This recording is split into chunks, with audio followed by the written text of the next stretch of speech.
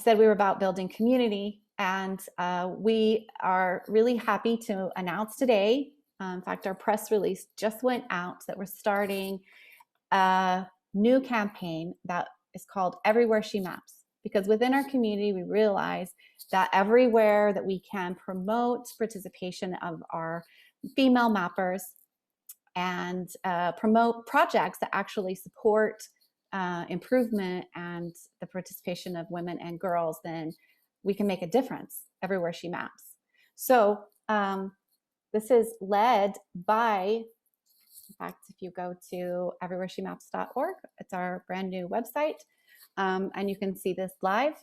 We're promoting for two reasons. There's really two issues that we have proposed to address with this.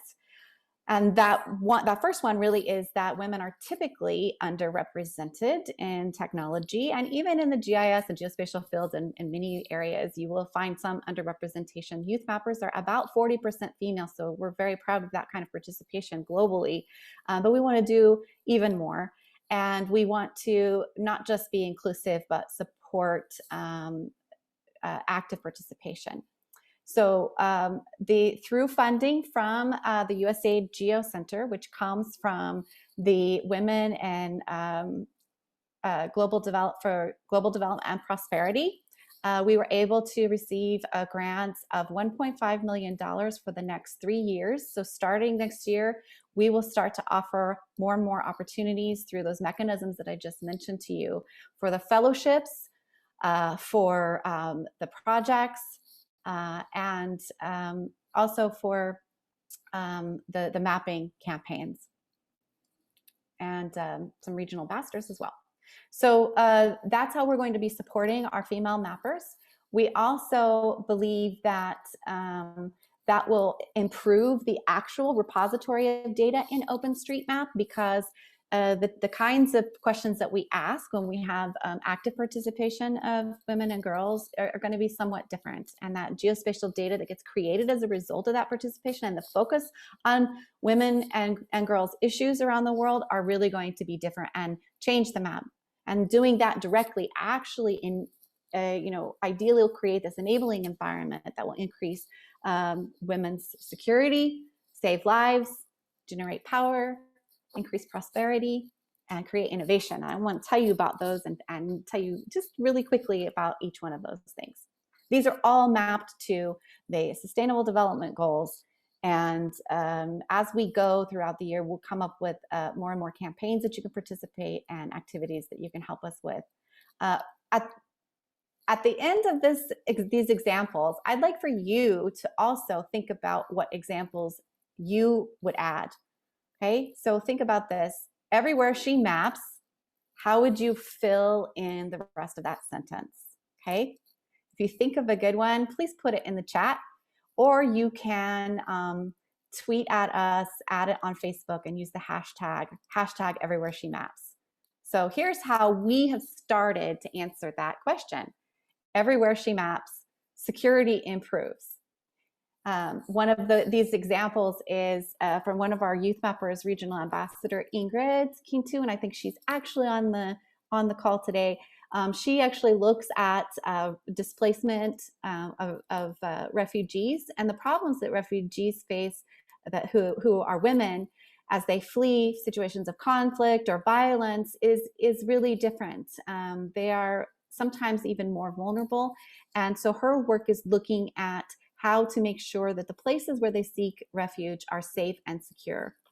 So she's doing that with all sorts of data that is on OpenStreetMap, the open tools like JOSM and QGIS, to analyze this kind of movement with other layers of geographic data. So you can read more about her work here too, and how she is part of a movement to help refugees who flee their homes. We also think that everywhere she maps, lives are saved. And the work that Maliha Muhyiddin is doing in Bangladesh is a really good example about this, because she is working with women who need shelter in times of disaster, such as the cyclones that are really a frequent increasingly frequent occurrence in Bangladesh.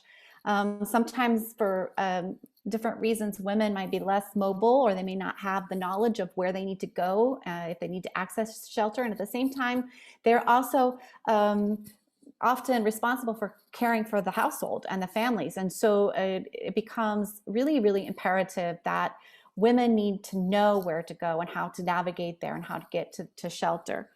So Mali has been doing actually a couple of years of this work and interviewing displaced women about how they respond in those kinds of life-threatening situations. And she's been doing a lot of community geography, collecting data with the Kobo toolkit, and also field papers, which are a way to print on hard copy and then quickly link it up to OpenStreetMap. So you can see how her work is really helping. Right now it's super important because of the changing climate. We're seeing lots of increased intensity and frequency of these kinds of disasters. And so we really need to be paying attention to enabling women and girls during those extreme events.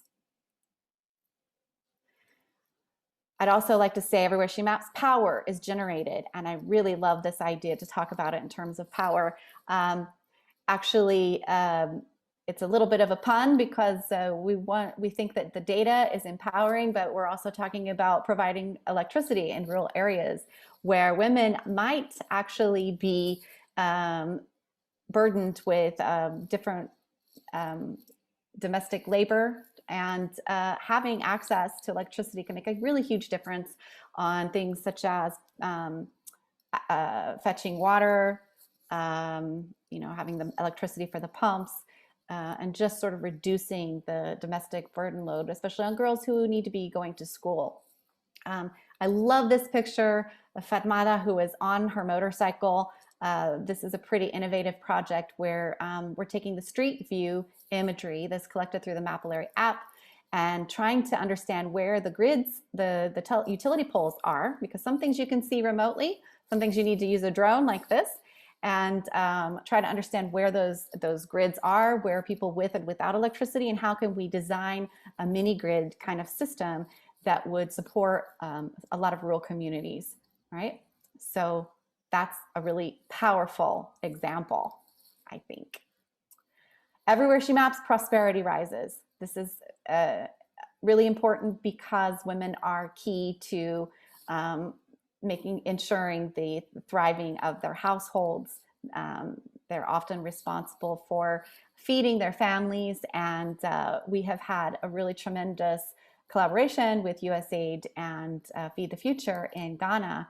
And you can see Sabina here using technology to advance prosperity in the households through that food security.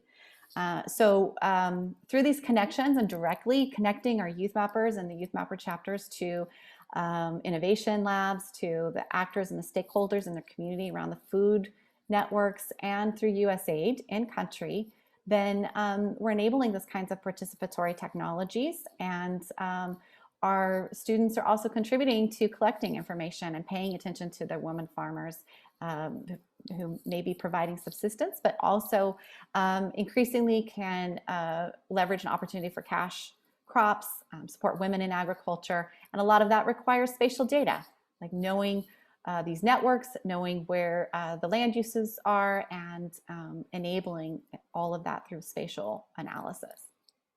And finally, my last example that I'm really rushing through, I want to talk about innovation. Everywhere she maps, innovation happens.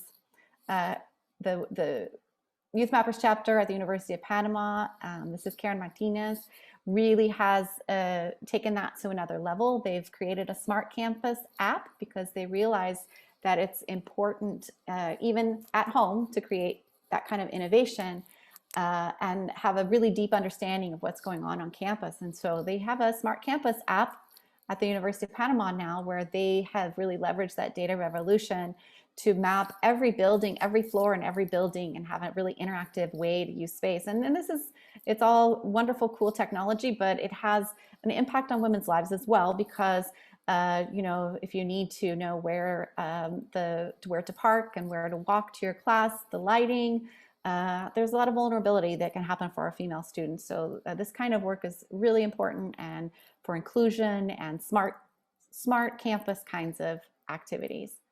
So really excited to show some of these examples and what we expect that we can support through the next few years. And thanks again to USAID GeoCenter and the Women's Global Development Prosperity Initiative.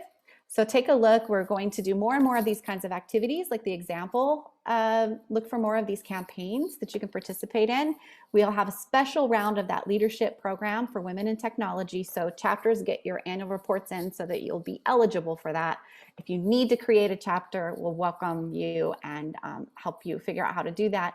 And then our regional ambassadors that I've shown to you we'll be focusing on building that capacity of the mapping community in particular. I think some of them are even on our call here today, and we really appreciate them. So starting about January, you'll start to see some of their activities in the regions as well.